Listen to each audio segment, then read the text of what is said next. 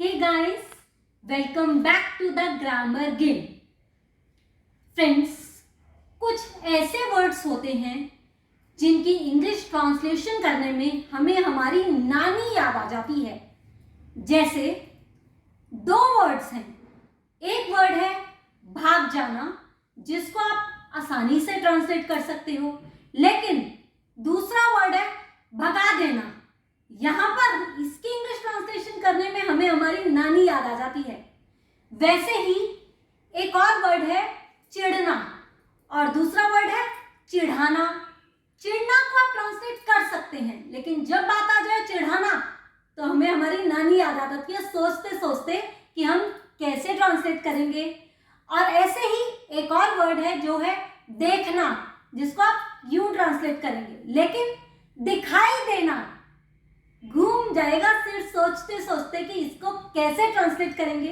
तो आज की वीडियो में हम ऐसे ही कुछ वर्ड्स को कैसे ट्रांसलेट करेंगे ये समझेंगे. सबसे पहले समझते हैं भाग जाना और भगा देना. इन दोनों को इंग्लिश में कैसे बोलेंगे, कैसे ट्रांसलेट करेंगे. तो भाग जाना को हम इंग्लिश में बोलते हैं रन अवे. एग्जाम्पल, लड़का लड़की के साथ भाग गया. The boy ran away with the girl. एक और एग्जाम्पल देखिए, वह 20 साल की उम्र में घर से भाग गई. She ran away from the house at the age of 20. तो ये तो था भाग जाना. अब हम समझते हैं भगा देना. भगा देना को इंग्लिश में कहते हैं ड्राइव अवे. क्या कहते हैं? Drive away. 3 forms of the verb drive, drove, driven. Examples देखिए, दुकानदार ने भिखारी को अपनी दुकान से भगा दिया. The shopkeeper drove the beggar away from his shop.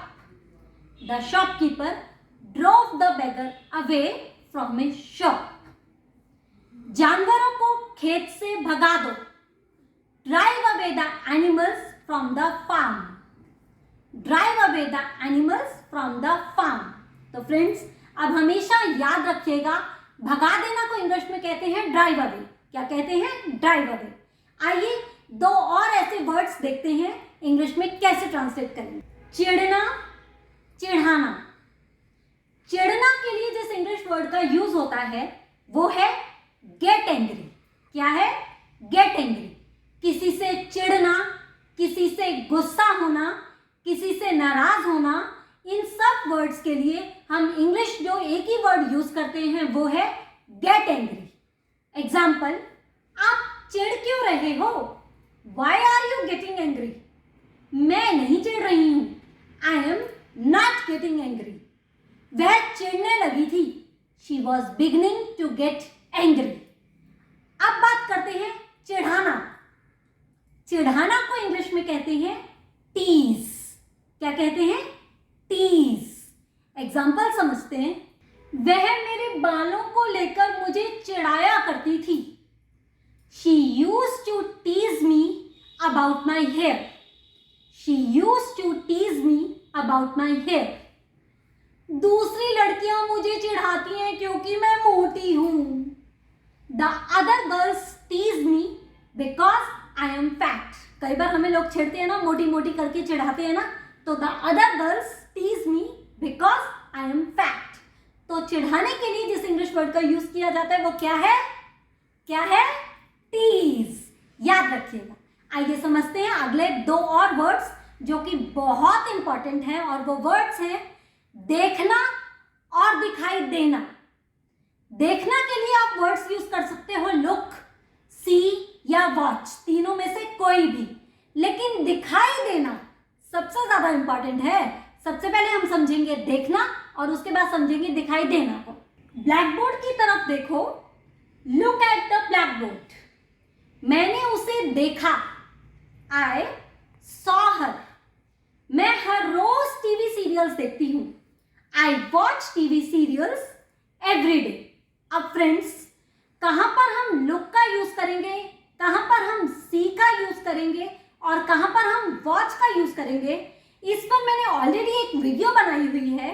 जिसका लिंक मैं नीचे डिस्क्रिप्शन बॉक्स में दे रही हूँ। आप चाहें तो उस लिंक पे जाकर उस वीडियो को देख सकते हैं। अब हम बात करते हैं दिखाई देना। दिखाई देना को इंग्लिश में कहते हैं विजिबल टू। क्या कहते हैं? Visible to. Visible to. Examples देखते हैं। अरे अभी अभी आसमान में एक पक्षी उड़ रहा था। वो पक्षी कहाँ गया? कहाँ गया? कहाँ गया? कहाँ गया? वो पक्षी मुझे दिखाई दे रहा है। वो पक्षी मुझे दिखाई दे रहा है। That bird is visible to me. That bird is visible to me. वह जानवर मुझे दिखाई दे रहा था। That animal was visible to me. दे रहा था, इसलिए हमने यूज किया was का। That animal was visible to me. अब कई बार लाइट चली जाती है, आप क्या कहते हो? मम्मी आप कहाँ हो? आप मुझे दिखाई नहीं दे रहे हो। मम्मा आप कहाँ हो? कहाँ हो? कहाँ हो? ये रही मम्मी मुझे दिखाई दे रही है। मम्मी मुझे दिखाई दे रही है। Mom is visible to me. Mom is visible to me. तो फ्रेंड्स, दिखाई देना के लिए जिस इंग्लिश वर्ड का यूज होता है वो है विजिबल टू। क्या वर्ड है? Visible to. और अगर आपको कहना हो आप मुझे दिखाई नहीं दे रहे हो, तब आप बोलोगे you are not visible to me. तो फ्रेंड्स, आप एक सेंटेंस आप बनाइए। वो सेंटेंस है मेरी पतंग मुझे दिखाई नहीं दे रही थी। मेरी पतंग मुझे दिखाई नहीं दे रही थी। इसको ट्रांसलेट करके कमेंट बॉक्स में कमेंट कीजिए। Thank you. God bless you all.